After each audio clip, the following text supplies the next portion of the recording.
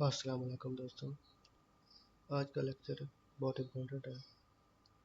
इसका नाम है इंटीग्रेशन विद ईआरपी सिस्टम। इसमें हम दो टॉपिक के बारे में पढ़ेंगे। एक है ईआरपी सीआरएम एसएम, मतलब ये जो सॉफ्टवेयर यूज़ होते हैं ना कंपनी में, वो उनके बारे में। और दूसरा है सिक्योरिटी के बारे में कि सिक्योरिटी को हम कैसे बेहतर कर सकते हैं और उसमें क्या क्या ख़तरात होते हैं इंटरनेट सिक्योरिटी। तो चैनल को सब पढ़ते हैं अभी। तो पहला पार्ट है इसका एंटरप्राइज रिसोर्स प्लानिंग।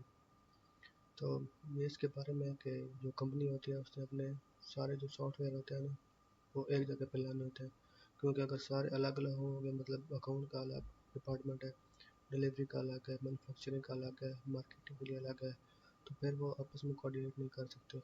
तो ये जो एंटरप्राइज रिसोर्स प्लानिंग होती है ना, ये उनको सबको एक ही प्लेटफॉर्म पे इकट्ठा करता है। मतलब उन सबको पता चल रहा होता है कि कौन सा डिपार्टमेंट कौन सा काम कर रहा है। और इसके लिए सॉफ्टवेयर यूज़ होता है SAP, लेकिन ये काफ़ी एक्सपेंसिव है। लेकिन अब अगर आप इसको यूज़ करते हैं तो फिर आपको सारा कुछ इसके साथ मैनेज करना होता है, इसके साथ शिफ्ट करना होता है। ये नहीं कि आप कुछ काम SAP के साथ करें लेकिन कुछ ना करें। उसके बाद दूसरा टॉपिक है कस्टमर रिलेशन मैनेजमेंट सॉफ्टवेयर। इसका मतलब है कि ये जो कंपनी वाले होते हैं ना, ये कस्टमर की हर चीज़ पर नज़र रखते हैं कि उसने कौन सी चीज़ विजिट की है, कौन सी चीज़ कार्ट में डाली है। मतलब अगर कस्टमर एक दिन कोई चीज़ कार्ट में डाल लेता है और उस दिन वो नहीं खरीदता, तो जब दूसरे दिन वो वेबसाइट पे आएगा तो उसे वो चीज़ उधर ही मिलेगी। तो इसके लिए जो सॉफ्टवेयर यूज़ होता है वो होता है CRM, customer relation management software. और तीसरा टॉपिक है supply chain management SCM software. इसमें क्या होता है कि ये आपका सारे जो रॉ मटेरियल जहाँ से आ रहा होता है ना, उस उधर से लेके और जब तक आपका फाइनल प्रोडक्ट तैयार नहीं हो जाता, जहाँ जहाँ से भी आपने जो सप्लाई लिया है ये उसका रिकॉर्ड रखता है। और इसकी दो किस्में होती हैं, एक होता है SCM प्लानिंग सॉफ्टवेयर और एक होता है XCM एग्जीक्यूशन सॉफ्टवेयर। जो SCM प्लानिंग सॉफ्टवेयर होता है ना, उसमें ये बताता है कि आपने आगे क्या करना है। मतलब उसमें आप पहले प्लान बना लेते हैं, आपको पहले फोरकास्ट दे देता है कि आपने इतनी चीज़ें इधर से लेनी है या इतनी चीज़ें इधर से लेनी है, उसके बाद ये काम करना है। और एक होता है SCM एग्जीक्यूशन सॉफ्टवेयर, ये आपके सारे काम को मैनेज करता है और ट्रांसपोर्ट वगैरह को मैनेज करता है, डिलीवरी ट्रैक करता है, ये सारा कुछ इसमें होता है। और चौथा टॉपिक है कंटेंट मैनेजमेंट सॉफ्टवेयर। तो इसमें बताया गया कि जो एक कंपनी होती है उसमें हज़ारों डॉक्यूमेंट होते हैं, तो वो सारे फिजिकली कैसे स्टोर कर सकते हैं। तो उन्होंने एक सॉफ्टवेयर बनाया होता है, तो उधर वो सारा अपना डेटा अपलोड कर देते हैं। तो फिर जिस बंदे को जो एक्सेस चाहिए होती है वो उधर से ले लेते हैं। और इसका ये भी फ़ायदा होता है कि ये उनको डेटा हर किसी को पर्सनल में सेंड नहीं करना पड़ता है कि हर एम्प्लॉय को वो पर्सनल में सेंड करते थे। वो बस उस सॉफ्टवेयर पे अपलोड कर देते हैं और फिर वो जो कस्टमर होता है वो अपने हिसाब से उधर से देख लेते हैं। और उसके बाद है नॉलेज मैनेजमेंट सॉफ्टवेयर। ये कंटेंट मैनेजमेंट की तरह है, लेकिन ये उससे एक दो स्टेप आगे है। मतलब कंटेंट मैनेजमेंट में आप सिर्फ डेटा रख देते हैं ना, फिर खुद उधर से हासिल करते हैं। लेकिन जो नॉलेज मैनेजमेंट सॉफ्टवेयर होता है, उधर इसमें आप डेटा रखते हैं, ये उसको खुद ही एनालाइज करता है और उससे क्रिटिकल पॉइंट निकाल लेता है। ये जो काम की चीज़ें ये उधर से निकाल लेता है और वो एक अलग जगह पर रख देता है, तो फिर आपको उस नॉलेज के लिए यूज़ कर सकते हैं। और उसके बाद ये ई कॉमर्स सॉफ्टवेयर कुछ बताए गए हैं। जो ये तीन well known e commerce software हैं वो है Intershop, Infinity, IBM WebSphere commerce professional edition और माइक्रोसॉफ्ट कॉमर्स सर्वर 2002। उसके बाद है एजेंट्स। एजेंट्स क्या होते हैं? ये एक तरह का आपका डिजिटल असिस्टेंट होता है जो जो अपने आप काम करता है और अपने गोल अचीव करता है। ये फाइल कंपैरिजन कर लेता है आपस में, उसके बाद फिल्टरिंग करता है, वेब क्रॉलिंग करता है और ऑप्शन करता है। उसके बाद जो मशहूर मिसालें हैं दो, वो है बाय एंड सेलिंग एजेंट, जो कि प्राइस कंपेयर करते हैं दूसरे के साथ। और उसके बाद जो एजेंट होता है, ये आपके जो इंडिकेटर शो हो रहे हैं ना किसी सिस्टम के, उनको भी ये मॉनिटर करता है। और अगर उनमें कोई एबनॉर्मल कोई इंडिकेशन आ रही है तो ये आपको अलर्ट कर देता है पहले। और उसके बाद इधर से दूसरा टॉपिक शुरू हो रहा है, security issue over the internet. जो ई कॉमर्स के ग्रोथ में जो सबसे ज़्यादा रुकावट डालती है ना, वो है सिक्योरिटी। क्योंकि ये अक्सर वेबसाइट के हैक होने का खतरा होता है, या नीचे बहुत सी और भी किस्में बताई गई हैं जिसके जरिए जिसको आपकी वेबसाइट को नुकसान पहुँचाया जा सकता है। तो ये इसमें वो किस्में बताई गई हैं नीचे, और उनका हल बताया गया। और ये पहली इसकी किस्म है बैकडोर्स एंड ट्रोजन हॉर्सेस। ये क्या होते हैं कि ये आपके सिस्टम के ऊपर जो प्रोग्राम होते हैं, ये कुछ हिडन सर्विसेज आपके सिस्टम पे इंस्टॉल कर लेते हैं, या आपसे कुछ परमिशन ऐसी ले लेते हैं ना जो आपको नहीं देनी चाहिए। तो उसके जरिए आपके ये सिस्टम के अंदर पहुँच जाते हैं और जो आपकी होती है वो इंफॉर्मेशन निकाल लेते हैं। और एक दूसरा जो तरीका है वो ट्रोजन हॉर्सेस। ये एक ऐसी वेबसाइट होती है जो देखने में बड़ी अच्छी लगती है, जैसे ये मिसाल दी गई है happy99.exe। ये एक फायर वर्क दिखाती है आपकी स्क्रीन पे ना। तो लेकिन ये बैक एंड पे आपकी जो ईमेल एड्रेस होता है ना, या ईमेल जो आपकी लिस्ट होती है सारी, वो कॉपी कर लेती है और जिस बंदे ने जो बनाया था उसको सेट कर लेती है। और ये ट्रोजन हॉर्स जो है ये ग्रीक वर्ड वर्ड है जो उधर यूज हो रहा है।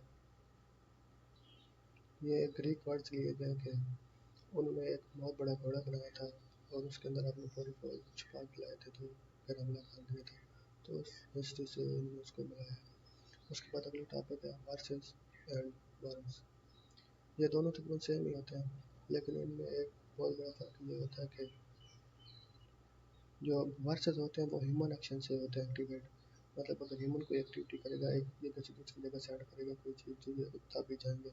लेकिन जो वर्म्स होते हैं ना, वर्म्स वो खुद ही एक कंप्यूटर से दूसरे कंप्यूटर में स्प्रेड हो जाते हैं, लेकिन वर्सेस के पास ये कैपेबिलिटी नहीं है। और उसके बाद ये नीचे एक मिसाल दी गई है कि 30 साल का एक लड़का था, फिलीपींस स्टूडेंट।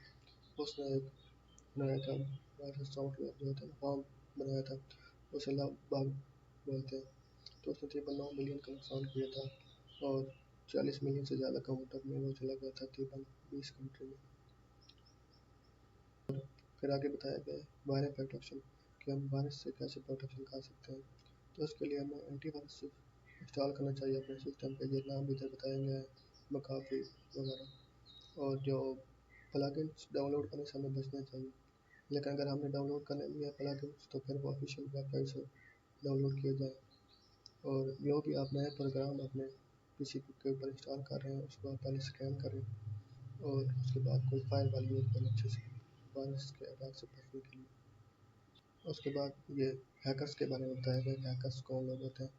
तो जो लोग वो प्रोग्राम लिखते हैं ना, मलिशियस प्रोग्राम, उनको हैकर बोलते हैं। और उसके बाद ये जो टॉपिक है वो active contents, active x control. तो एक्टिव कॉन्टेंट्स क्या होता है? ये जो हम वेब पेज विजिट करते हैं ना गूगल के ऊपर या क्रोम के ऊपर, तो उनके अंदर ये एम्बेडेड होते हैं। तो ये आपको जैसे यूज़र नेम वगैरह जो आप अगर उधर कोई चीज़ परचेज करते हैं तो आपके क्रेडिट कार्ड का नंबर और ये सारी चीज़ें चुरा सकते हैं। और उसके बाद ये सारा बताएगा कि ये कौन कौन से सॉफ्टवेयर होते हैं जो यूज़ होते हैं इस काम के लिए। तो एक सॉफ्टवेयर है एप्लेट, जो कि क्लाइंट साइड पे यूज़ होता है रिक्वेस्ट भेजने के लिए। तो उसके ज़रिए आप कोई सिस्टम पर ये रिसर्च हासिल कर सकते हैं। और ये जो जावास्क्रिप्ट के अटैक होता है, इसके ज़रिए ये आपके हार्ड डिस्क डिस्ट्रॉय की जा सकती है, और आपके ईमेल बॉक्स तक रसाई हासिल की जा सकती है, और आपने कौन कौन सी साइट विजिट किए हैं उनको चुराया जा सकता है। बस इस टॉपिक में यही बताया गया है। नीचे एक दो मिसालें दी गई हैं कि ये आपकी कुकीज़ वगैरह को जो है वो चुरा ट्रेस कर सकते हैं। कुकीज़ में आपका सारा डेटा होता है ना, कि आपने कौन सी वेबसाइट विजिट की है, उस पर क्या क्या चीज़ सर्च की। उसके बाद है आउटसाइड अटैक्स ऑन नेटवर्क, जो बाहर से जो अटैक होते हैं उसकी ये किस्में बताई गई नीचे। ये एक है एवरस्टॉपिंग स्नैपिंग स्नैपिंग। ये क्या होता है कि जो हैकर होता है वो आपके ट्रैफिक को मीटर कर रहा होता है ना, तो आप जो जो चीज़ भेज रहे होते हैं या आपके सिस्टम पे जो रिक्वेस्ट आ रही होती है वो उसको देख रहा होता है। तो उसके ज़रिए वो आपके सिस्टम पे बैकडोर या ट्रोजन हॉर्स जो इंस्टॉल कर लेता है, और फिर जो भी आप उधर सर्च करते हैं वो आपको उसको पता चल रहा होता है कि आप क्या सर्च कर। उसके बाद आ जाता है पासवर्ड अटैक्स। तो इसकी जब वो आपके ट्रैफिक को मीटर कर रहा होता है, तो आप जो भी रिक्वेस्ट भेज रहे होते हैं, जो भी आपका डेटा पैकेट जा रहा होता है वो उसको देख रहा होता है। तो उसमें आप जब पासवर्ड लगाते हैं तो वो भी उसके अंदर ही जा रहा था, तो वो उससे आपका पासवर्ड ही चुरा लेता है।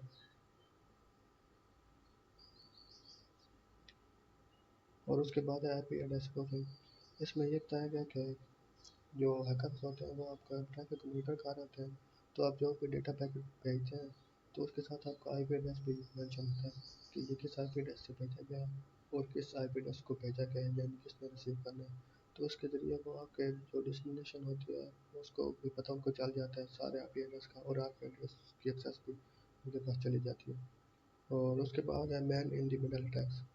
इसका मतलब ये है कि वो एक बंदा आपके सेंटर में हो जाता है, मतलब आपने रिक्वेस्ट भेजी है और जिसने अगर रिसीव करनी है उनके सेंटर में एक बंदा होगा, वो आपकी जो आपने रिक्वेस्ट भेजी है उसको रिसीव करेगा और उसमें कुछ चेंजेस करके आगे भेज देगा। तो आपने जो एक्चुअल डेटा भेजा वो अपने पास रख लेगा और आगे फेक डेटा भेज दे देगा। उसके बाद लास्ट टॉपिक है डेनियल ऑफ सर्विस अटैक्स। इसमें ये होता है कि जो अटैकर होते हैं ना, वो किसी सर्वर को हज़ारों की तादाद में इकट्ठी जो है रिक्वेस्ट भेजता है, तो वो सर्वर डाउन हो जाता है। तो इस वजह से बंदे ने अपना काम करना होता है, जो असल बंदा काम कर रहा होता है, तो जो वो रिक्वेस्ट भेज रहा होता है वो भी कैंसिल हो जाती है, उनको भी वो एक्सेप्ट नहीं करता। तो बस इतना, ये लेक्चर एंड हो गया। ये हमारा आज का लेक्चर था। अगर आपको सही समझ आ गई है तो चैनल को सब्सक्राइब कर दें और वीडियो को लाइक कर दें। और मेरे प्रोनाउंसिएशन का थोड़ा मसला है तो इस चीज़ को इग्नोर कर दीजिएगा।